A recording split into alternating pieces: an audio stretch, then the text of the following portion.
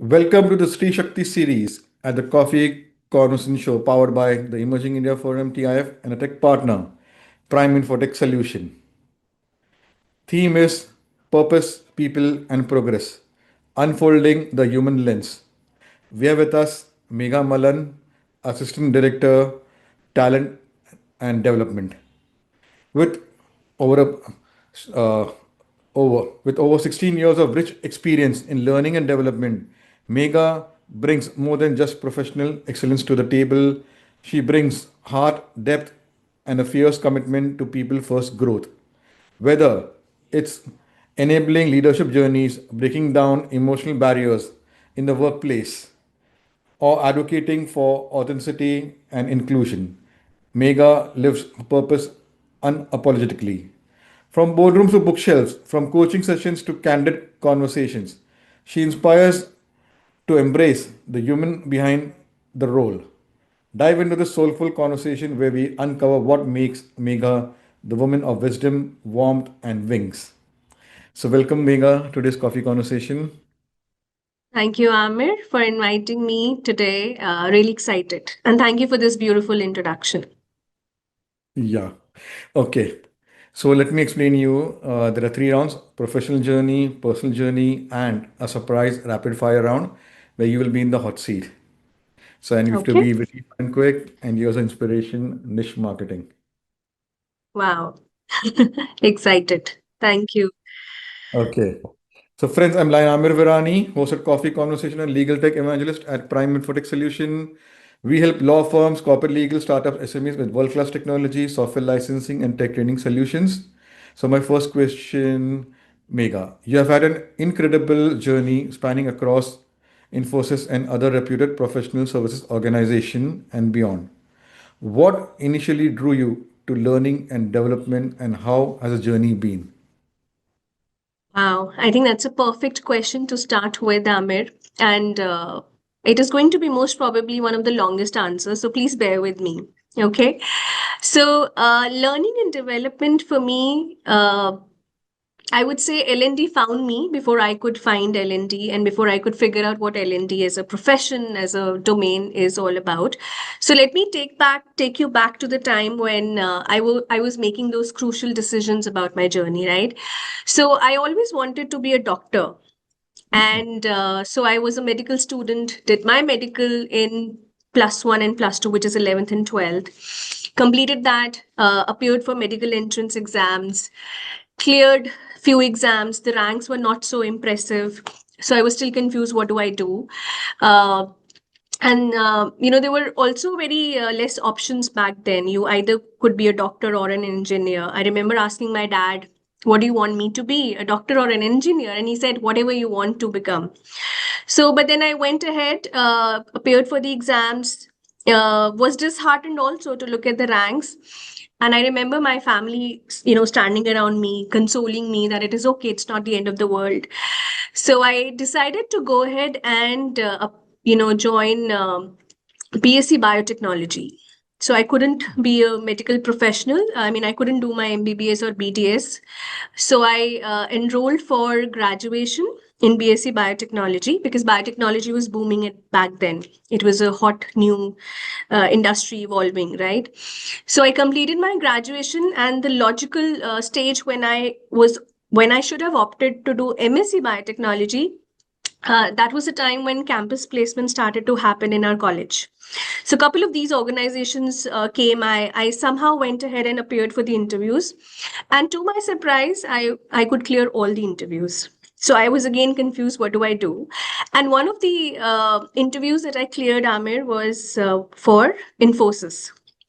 And now my family was super excited. I had no idea what Infosys is all about, but my family somehow knew. And they were really happy to know that I'd cleared the interview. So they convinced me somehow to go ahead and join Infosys. Of course, it wasn't about the money that they were paying me. It wasn't much as a fresher, but because of the brand name and the values Infosys has been associated with. So I joined Infosys, Amir, and it was back in May 2008. I joined Infosys, and when you join Infosys back then, you have to mandatorily join 60 days of soft skills training at their Mysore campus. Now, when I went there at Mysore, the campus was huge. I was spellbound to look at the infrastructure, the processes, the trainers. And 60 days, and I started to see the power of transformation. I could see that transformation started to happen for me. And I just knew that I was admiring my trainers a lot back then. So I was posted back to Jaipur. That was my base location after 60 days of training. I started working in my regular invoicing process. It was an Infosys BPO, so that no one is confused. So down, I think about a year or so, there was this train the trainer that happened.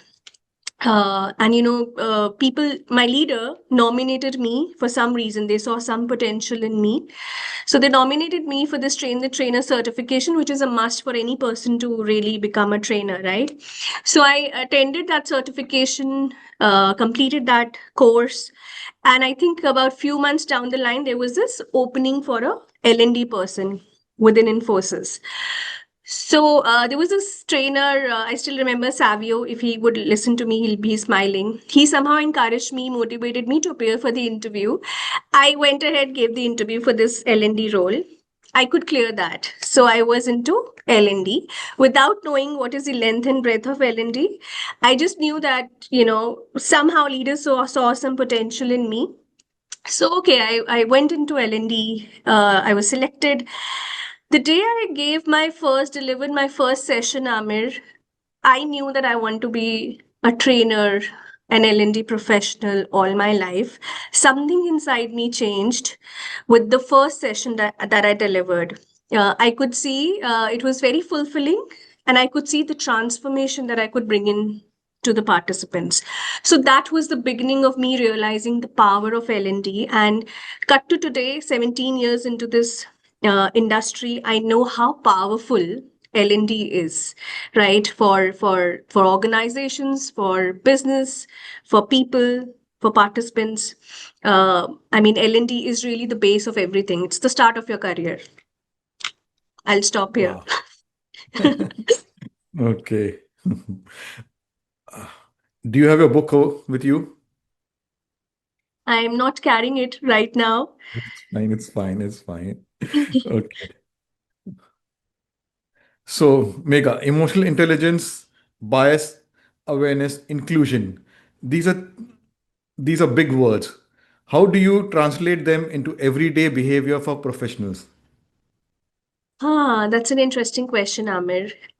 These might seem like big words, but trust me, the current scenario, the current world dynamic and ever-changing world we are in, we cannot afford working solo. We have to work with humans, right? When we talk about, we have to work with teams, we have to collaborate, we have to partner.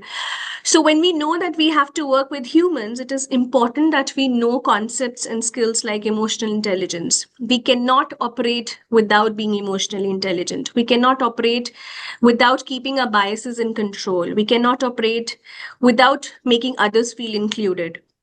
So I think it is everyday habits, everyday actions that are needed to ensure that people are being treated well. Only then people will work with you. Only then people will bring themselves fully into what they're supposed to do. I normally, there's a simple analogy that I use to explain what inclusion is, and you might have heard about this. So imagine you might be invited to a party, which means you belong to a group. But unless Hmm. in the party, unless somebody asks you or offer you to dance with them or ask you what would you like to eat, you will not feel included. And that's not just at workplace, it's also at your relatives place, weddings, events that you go for, right? So it's as simple as that. The way we treat our people in our personal lives is how we need to treat people at work. So that's about inclusion. And unless people feel included, they're not going to give their best. They're not going to fully be invested in what you want them to work on. And if I really have to talk about biases, Amir, um, because I write, I also wrote about this. And again, an analogy that I can give, okay? Uh, Understanding biases is as simple as understanding. Let's take a bread here, okay? We all love eating bread. I might like to eat bread with the corner. Some of us like to eat bread without the corners. And there's so much more that we can do with the breads. So, understanding biases is just understanding that different preferences exist. I might like bread a certain way, you might like bread a certain way, and just ensuring that I'm not forcing my preference to you on you is what is the first step basically. So being aware about your biases is very important, and only then you can be compassionate towards people, only then you can mitigate biases so that your biases are not impacting your decisions. I hope that helps. Wow. Okay. Uh, so let's dive deep into conversation. You talk a lot about connecting to the person inside the role. How do you practice that philosophy in your leadership programs? Wow. I must say, your team has done great research. I do talk about this a lot, connecting to the person Thank you. inside the role. It simply means, Amir, that when I train people, when I work with people, I look beyond their titles. And unless you look beyond the title, beyond the role, beyond a certain uh, task that they're doing, you cannot motivate them to learn. You cannot motivate them to build skills, right? So let's say when I do my sessions, unless I have built that rapport with people, unless I've built that safe space for them, unless I know what their fears are, unless I know what challenges that they're facing, unless I know what their aspirations are, there is no way I'll be able to transform them through a learning session or a learning solution. So I have to take them to a level where they start to trust me, and they start to trust themselves that, okay, this is what I need to work on, this is what I need to build my skill, and why do I need to do it. Unless we reach that stage, they will not be able to commit to their journey of self development. So connecting with them beyond what is visible is very important. Wow. So, Megha, how do you define a growth mindset in the workplace and how do you build it across the teams? Interesting. This is one of my favorite questions, Amir, and I love talking about growth mindset. One, because I was probably leading with growth mindset all my life, but now I know there was a name to it. So, growth mindset has just one definition, and I also did this series on LinkedIn, Demystifying Growth Mindset, uh, where I tried to explain what growth mindset is all about. So, if I really had to simplify it, growth mindset is all about believing that all of us have the potential to improve, learn, develop, and become a better version of ourselves. Right now, when we have this belief, we will stop judging people. We will not be harsh on ourselves and on others. Right. And it is said that your mindset only drives your behavior.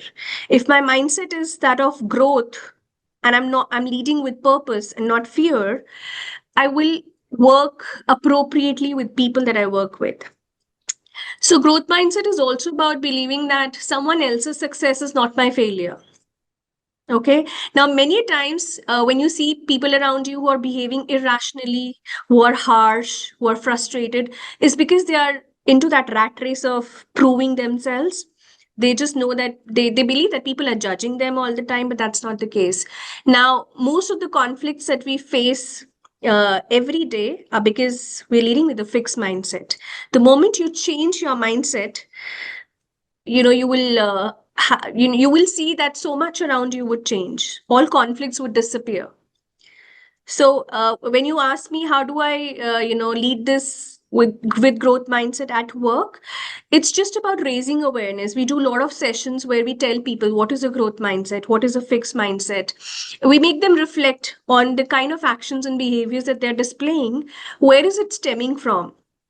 Right. So when people reflect and realize, oh yes, I just probably needed to change my mindset, and everything was out there sorted. So it's just about raising awareness, sharing knowledge, and letting people go and explore and consciously choose and adopt their mindset. Wow. So, Megha, what do you believe is the most underrated skill in today's corporate world? The most underrated skill, it would be emotional intelligence on the top for sure, Amir. But I know a lot of us have been talking about emotional intelligence. So the second skill I would say would be agility. The agility, the adaptability, the flexibility to not get emotionally attached with what you're building. Most of the times we get attached to, okay, this is my PPT. I worked on this project from the start to the end. The moment we realize that we need to be agile and we need to quickly change with the changing dynamics around us, I think that is what the organizations and employers need today, agility. Wow. So, Megha, can you walk us through a moment in your career that deeply challenged your beliefs and how did it help you to evolve? That is an interesting one, Amir, and also the toughest question, I would say. Um, all my life, I'm a true Libran. I believe in zodiac signs also. Hmm. I always wanted people around me to be happy. And it is different from people pleasing. I genuinely want people around me to be happy. I'm also an amiable person, which is a social style that we talk about, which means for me, relationships come first. Okay. And one of my favorite quotes is the best things in life are not things, but people. So you can imagine I'm a people first person. So all my life I thought I need to have people, the right set of people around me, and I can then function properly. But I think 2 3 years down the line, something happened that changed my belief that of course I need people, but then I'm whole. I can be all by myself and still do wonders was a belief that was challenged and it helped me evolve immensely, Amir.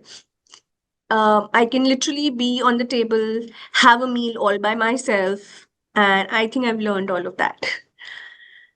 Wow. So, Megha, you have worked at different organizations. How did it shape your views on corporate culture and learning innovation? I would give the credit to, of course, the organization that I worked with, but majorly to the one that I'm currently working with, Amir. I think I've learned the significance and the power of L&D. Yeah. I've learned how to be a true trusted business advisor. I've learned how can I be the best of learning consultant to business, to my stakeholders. How can I understand their needs fully and design a learning solution that truly addresses their needs or their team's needs. Um, so I think that is what I've learned in the current firm that I'm working with. There is so much emphasis that is being given to learning and development. And I love to see how business leaders are invested in the learning of their people. Wow. So, my next question, thank you for leading me. You have worked with people at every level, from trainers to senior leaders. What changes have you observed in leader expectation over the years regarding talent development?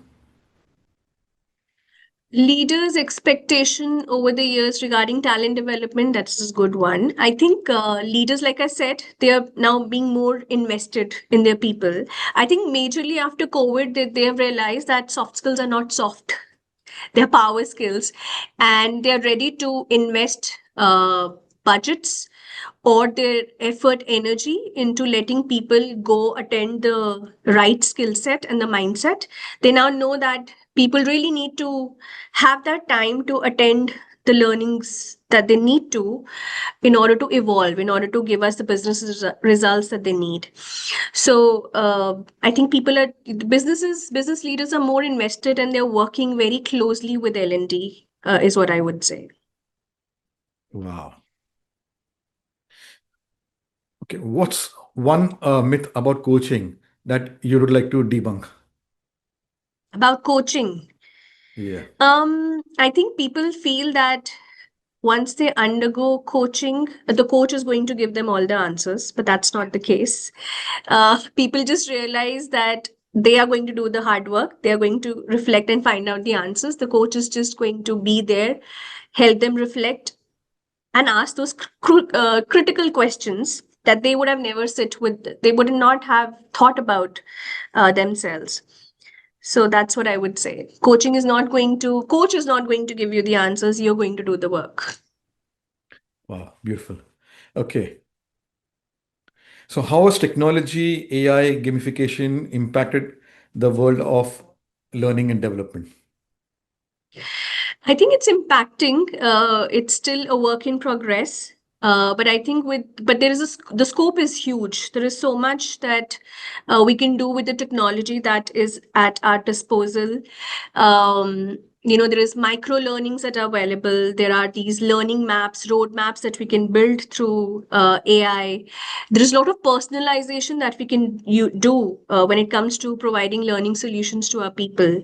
There are a lot of these simulations that are now available, platforms that are being Mm. operated with AI at the base of it. So I think it is, and of course, when I talk about talent development, content creation is becoming really easy now because people have those tools to build really nice, impactful content now. And we can look for some amazing activities, scenarios, a lot of help we can get through AI as learning Beautiful. professionals. Okay. So, Megha, who has influenced you or has been a mentor from the world of learning and development? Um, Interesting. I think I've learned on the go, Amir. Of course, there are people, like I said, I would want to give credits to my leaders at Infosys.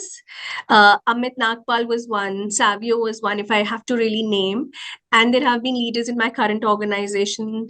I've literally, any training that I have attended, I've always looked up to the trainers, facilitators, L&D professionals. And I think I take inspiration from anyone and everyone around me. And a lot of it is self-reflection and learning on the go. I've been someone who has always taken a plunge, Amir. I would say yes to the things and would figure out later. And now I know that is a part of growth mindset only. So I do take pride in that. I would say yes and figure out how to do it later. Wow. So, let's go to your next next role as an author. How did sorry, I'm dividing this question into two, three parts. Uh, Mhm. what motivated you to become an author? First part. Then your second part is your book, Wings to Thoughts, is a reflection of your inner world. How did Mhm. writing shape your professional journey, and how has it brought changes in the readers? Lovely. Again, this journey is also very interesting, Amir, and I would have posted somewhere. So, whatever I go through experience, I write it down. You might find it on my LinkedIn or in my book or somewhere. So, again, it was not planned. I had no idea I could be a writer. I had no idea I could be an author. When I joined Infosys, I think everything started at Infosys time when I was in Jaipur.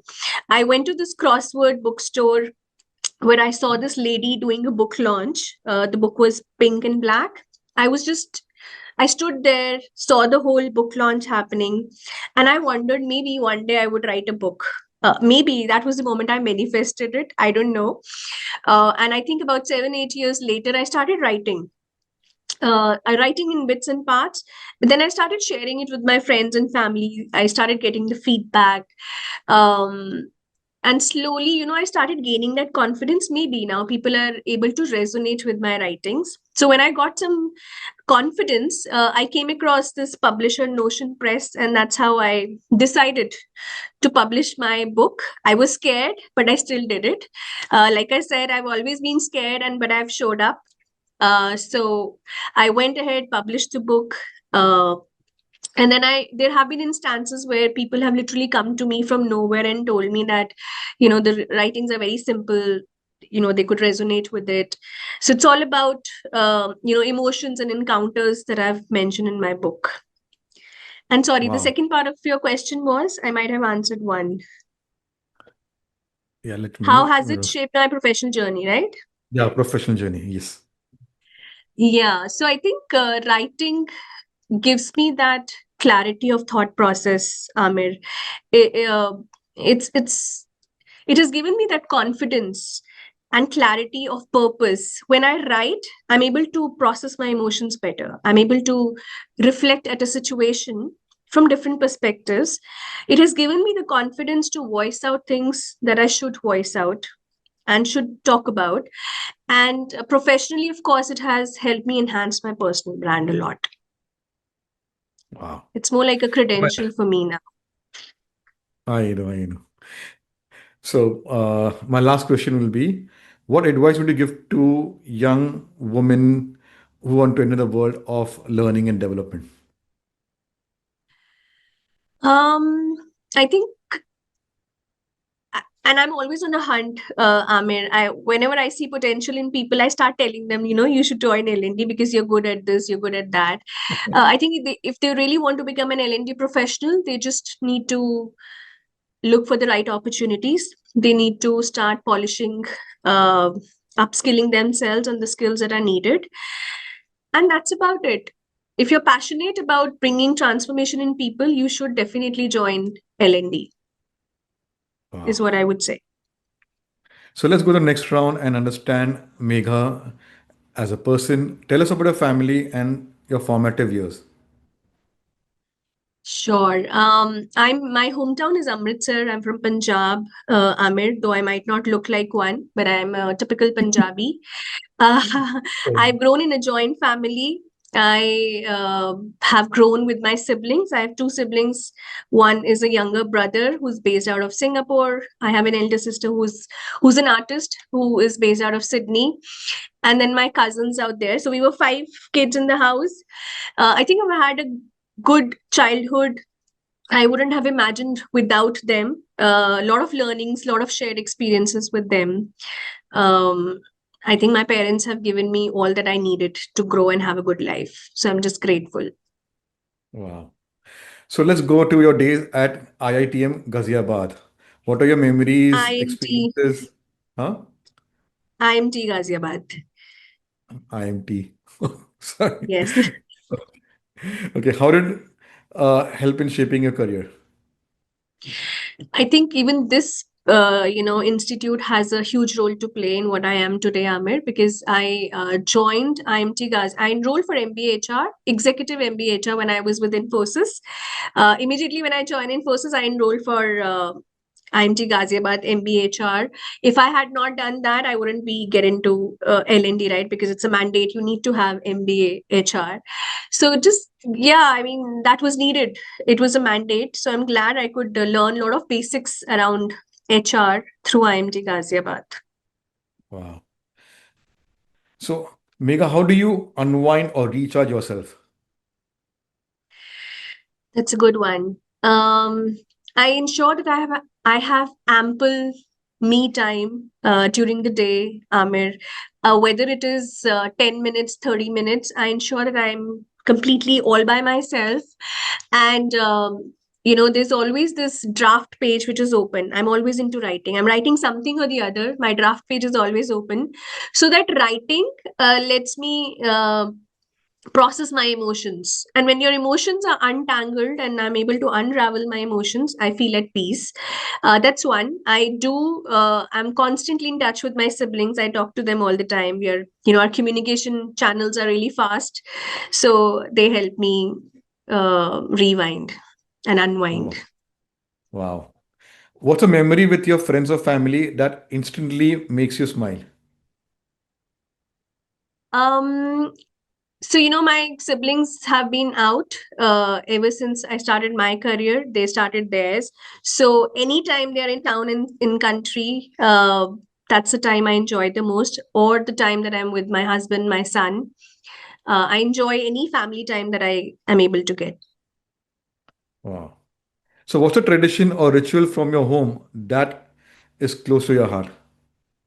Mm, I think I just love being a Punjabi. I love the Indian weddings. And I miss that Diwali celebration at home. When we were kids, the whole setup being done, the excitement, the little things and rituals we do during Diwali is what I miss the most. So that I really hold close to my heart. Wow. Okay. Is there a book or movie that has influenced you? Yes. I would say two books, Amir. Yeah, I yeah. was never a book reader, but I think books have healed me. I lost my father to COVID, and Oh, that's sorry. when I was introduced to the books, the world of books. Two books healed me. One was one I would say, The Four Agreements by Miguel. I might have forgotten the name of the author.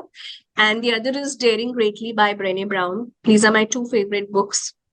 Daring Greatly, I could resonate it with so much because it talks about how vulnerability is a strength. And I am a true advocate of vulnerability and authenticity. So I think, yes, these two books. I recommend everybody to go through and read these books. So tell us something about the four agreements. Four agreements. I might not even remember all four, but it talks about how we humans are domesticated, right? What we are is not who we are in real sense. It is about what people want us to be. Okay. Um, we are all domesticated like we domesticate animals. We do things what our bosses want us to do.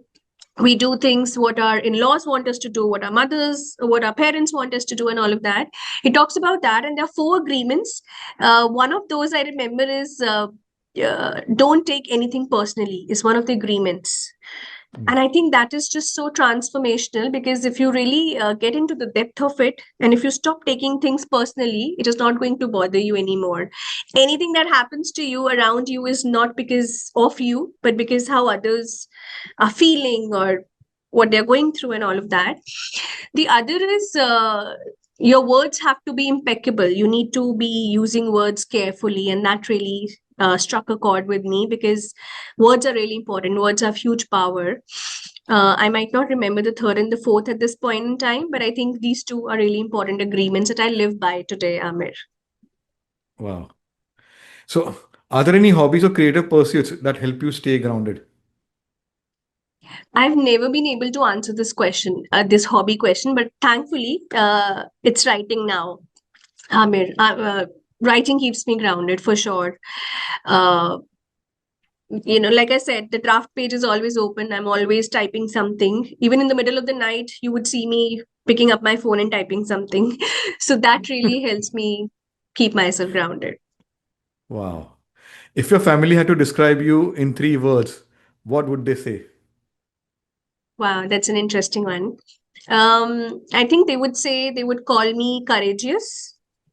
They would call me compassionate and wise. I hope so. Wow. Yes. I have to check with your sisters. Yeah. And there could Okay. be more, but if I just have to pick three, I would pick these three. Yeah. Suppose you're 1 week away from coaching, talent development activities. What would you do and why? If I'm 1 week away, Yeah. you mean how would I prep? Yeah. Means what would you do and why? No work, zero, no, sorry, Interesting. zero work policy. I'm giving you zero work policy. Okay. 1 week away. Oh, you mean when I'm away from work? What would I do? Yeah. Uh, I would just you would see me spending some time with myself, writing, spending time with my family, with my son, with my husband, probably just recharging myself. I think that's about it. Wow. Okay. So what are your plans for 2025 personally and professionally? 25 personally and professionally. I think on a lighter note, Amir, I always thought to myself, I would believe I am successful when somebody would want to do a podcast with me. And I think you gave me this wonderful opportunity. And I'm hoping this is first of many podcasts that are going to come my way. That's one. I would want to see myself on a TEDx stage. And I'm saying it out loud. I hope the universe here listens to me, and I would want to be on the TEDx stage for sure. Professionally, I think I'm doing well. I'm growing. I'm just adding value to the goals that are given to me. Just would want to continue growing and adding value. Wow. Okay, as this is Sri Shakti series, what does Sri Shakti mean to you? Stree Shakti, I think women are all about Shakti only. I don't think uh, women, if they decide, they can do anything and everything. If they decide, they don't have to prove to others. If they decide to do things for themselves, they can just move the world.